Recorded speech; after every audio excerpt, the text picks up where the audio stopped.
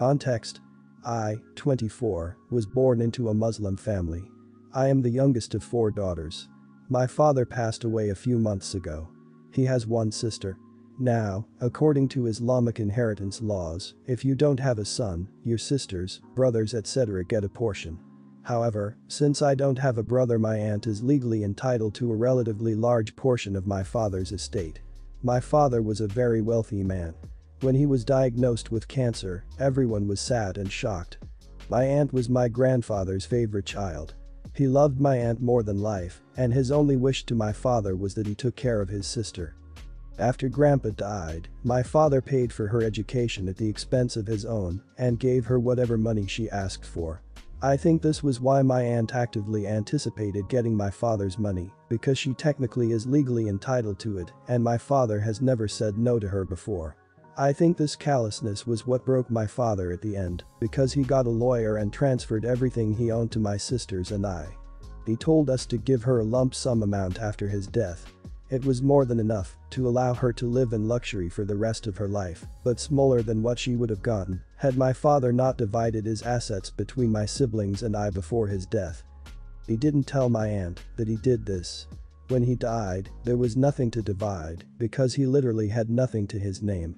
My aunt was livid even after we gave her the money our father asked us to give. My sisters and I had to deal with our aunt threatening to sue us. She's shown up at our doorsteps demanding money. Well, she did come through with her threat and took us to court. The judge ended up dismissing the case. He said that my father was allowed to give his property to whomever he wished while he was alive. This has torn our family apart from the inside out.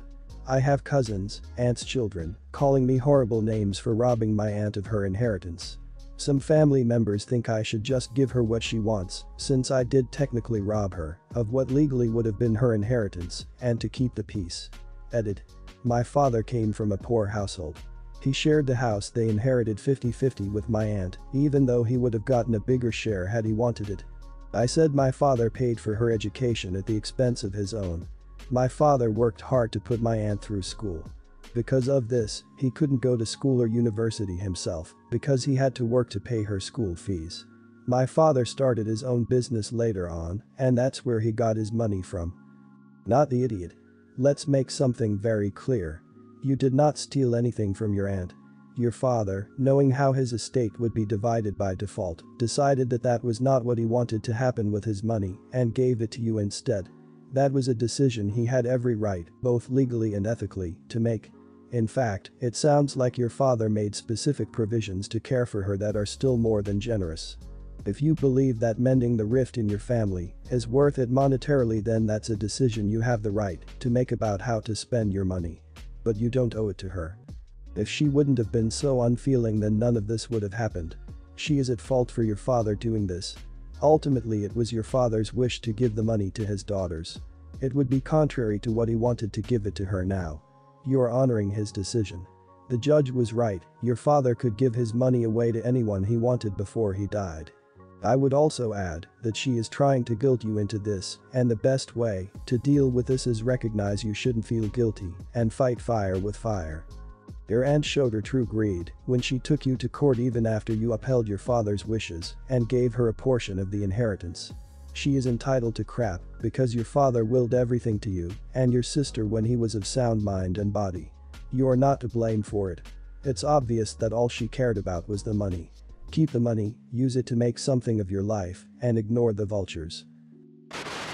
My parents are going through a divorce. It was a long time coming, and having to spend a lot more time together because they both had to work at home was the last straw. I know I probably sound a bit uncaring and icy about all of this, but at this point I think everyone is better off if they separate. The last 4 years have been marred with constant arguments, cheating and whatnot, and my mom in particular has been using me as an emotional support animal, and I am sick of it. By some miracle granted by the very gods, they have been amicable at least when it comes to splitting their finances, stuff they own, all of that. My mom moved to her new boyfriend, and my dad is keeping the house. Now that they got it all figured out, they only had one thing left to decide, and that is what to do with me. Unfortunately, they assumed I would want to spend 1 week at dad's place, the other at mom's place, and it's just a no for me. When they said what they had decided to do, I said no and explained I wanted to stay with dad. I gave the reason that I go to school here, my job is here, and I don't want it interrupted. In reality though, it has a lot more to do with me not liking my mom's boyfriend, one of the guys she cheated. Before you ask, dad cheated plenty of times too. But who has 2 kids, no interest in living with 2 random kids 50% of the time, of his own who live with him full time, and I am just a lot closer to my dad in general, we are a lot more alike, and he isn't emotionally draining like mom is. When I said this, mom broke down and begged me to stay with her full time instead. I said no, she threatened to go to court over this, but my dad pointed out that was a waste of time, because I am old enough to where my decision will pretty much be final. That was last week. My mom's side of the family has gotten involved since telling me I need to keep my mom's feelings into account and support her, and my grandma has gone as far as to demand I go live with my mom instead. I am aware I am not the most empathetic person, far from it, so I have a tendency to only look at things from my own side, but my mom is clearly broken up about this. She calls me several times a day crying. I want to know if I am the idiot here, please be blunt. Not the idiot. If your mother is treating you as an emotional support human, which I completely believe, then she's acting inappropriately, bordering on emotionally abusive. Guess what though? Even if your mom was a perfect picture of healthy parenting and you wanted to live with your dad, you're still not the idiot. You're a person. Your opinions and preferences matter. You're nearing adulthood. Your decisions, within reason, should be yours. My mom's side of the family has gotten involved since telling me I need to keep my mom's feelings into account and support her. And your feelings don't count? I wonder why. It turns out they do count. And there isn't much they can do about it apart from the emotional blackmail. Luckily, it doesn't sound like it's working. You do what's right for you. The reasons you've offered here would be sufficient for a judge to award majority custody to your father. If you were to include the living situation at your mom's, that would clinch the deal.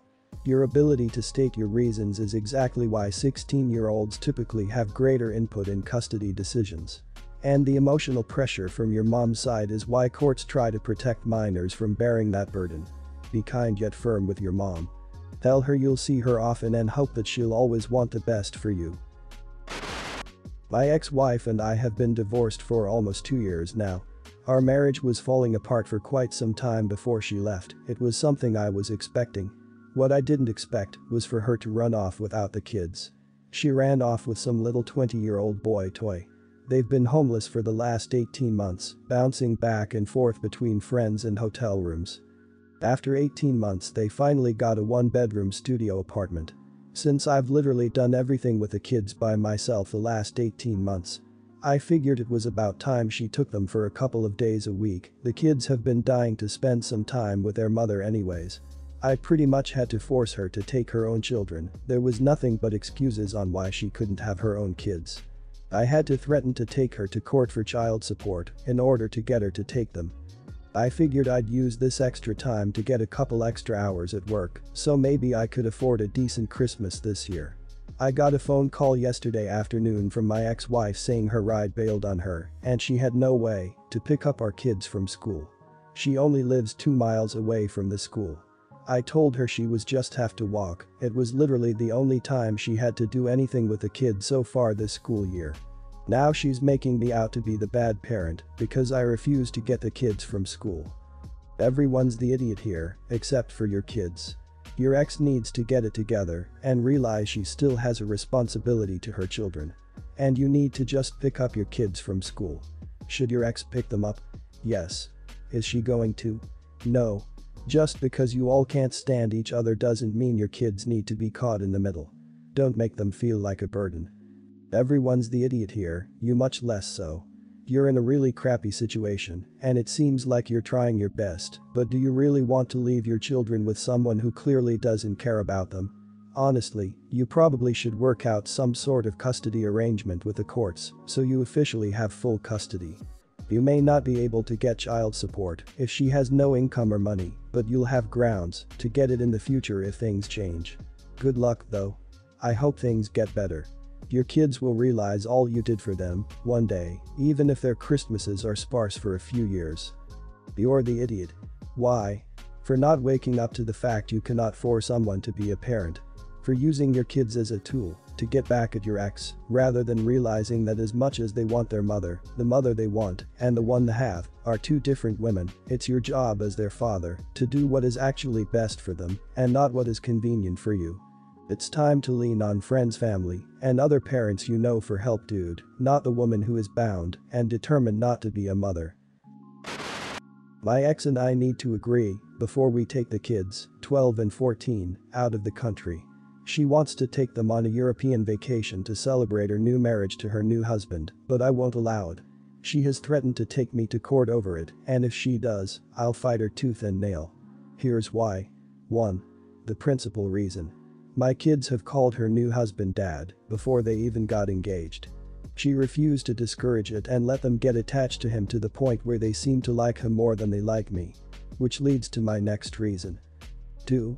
Her new husband makes much more than I do and can spoil the kids more.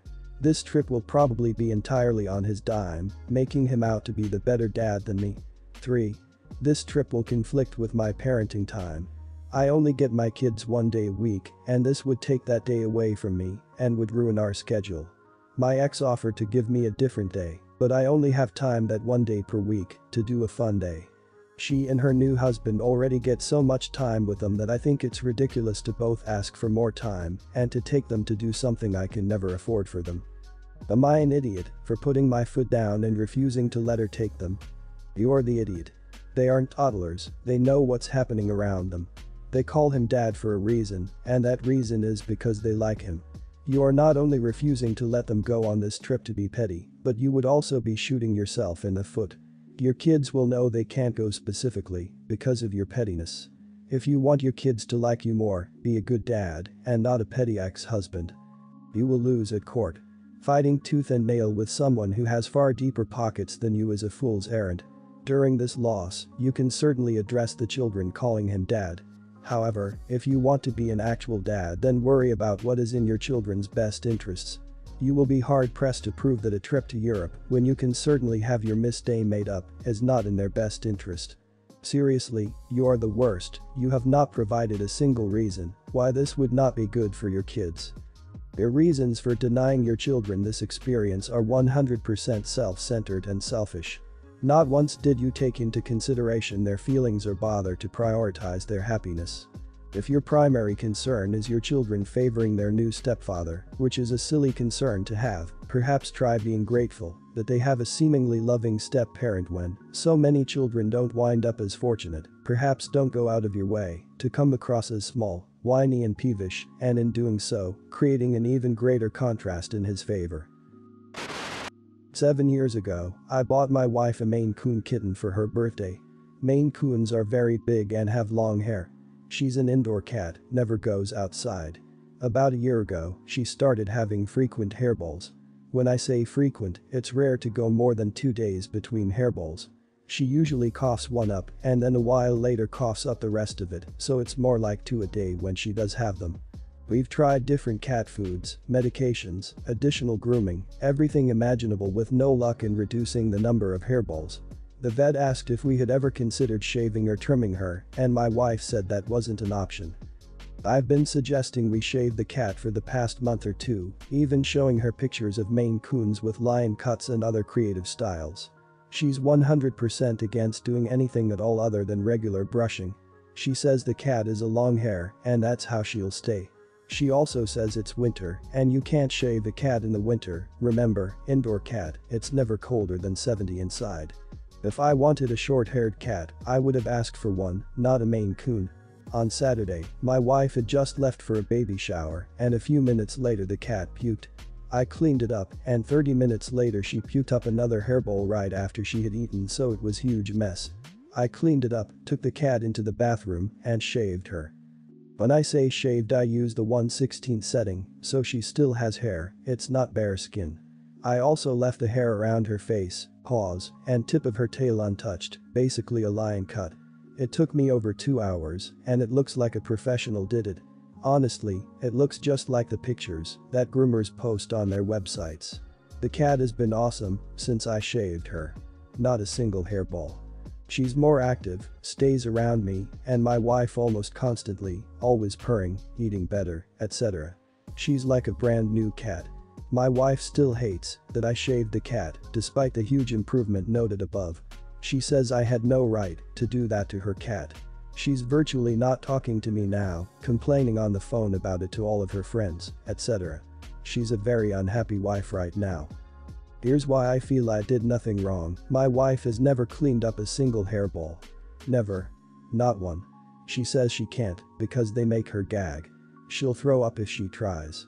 She claims that she absolutely cannot do it under any circumstances, so I have been cleaning up multiple hairballs every week for the past year. I've come home from business trips and found hairballs covered with paper towels that I then have to clean up. Secondly, after seeing the improvement in the cat's health and overall happiness, I almost feel like a bad person for not doing it sooner. I simply don't understand why my wife can't see the improvement and agree that I did the right thing. Apparently, I'm still a huge idiot despite the happier, more active cat. Am I the idiot? Not the idiot. I understand why your wife is mad, and I imagine you probably do too. She asked you not to do something, you did it anyways. In almost all situations you'd be the idiot, or at least, get some of the blame. But she can't refuse to clean up hairballs, and also refuse to do anything to help the cat who is repeatedly getting sick. That's ridiculous. Also, she's valuing how the cat looks above how it feels. A cat is a living being, not a decoration. If the cat feels better, you did the right thing and should continue to keep him shaved. If she wants a cat just because it looks good, she can buy a stuffed cat on Amazon. It's not the wife's cat if she doesn't clean up the hairballs. Fancy being that gross that you leave them lying around till you get home from work trips. Terrible. I also remember watching a vet show where a Maine Coon had a mass in its tummy. The cat wasn't eating and was quite sick. Vet operated and opened up the cat. In the tummy was a massive hairball. Years and years of hair blocking the stomach and it couldn't pass it out the other end. Cat had an operation and a serious haircut. Cat will need a haircut every year. Not the idiot. Your wife needs her priorities in check. The cat is healthier and happier now. You did the right thing, your wife is just pissed because you've ruined her aesthetic. She seems like a pretty bad pet owner if she doesn't A. Want to clean the mess from the cat being sick and B. Is more concerned about how the cat looks than its health.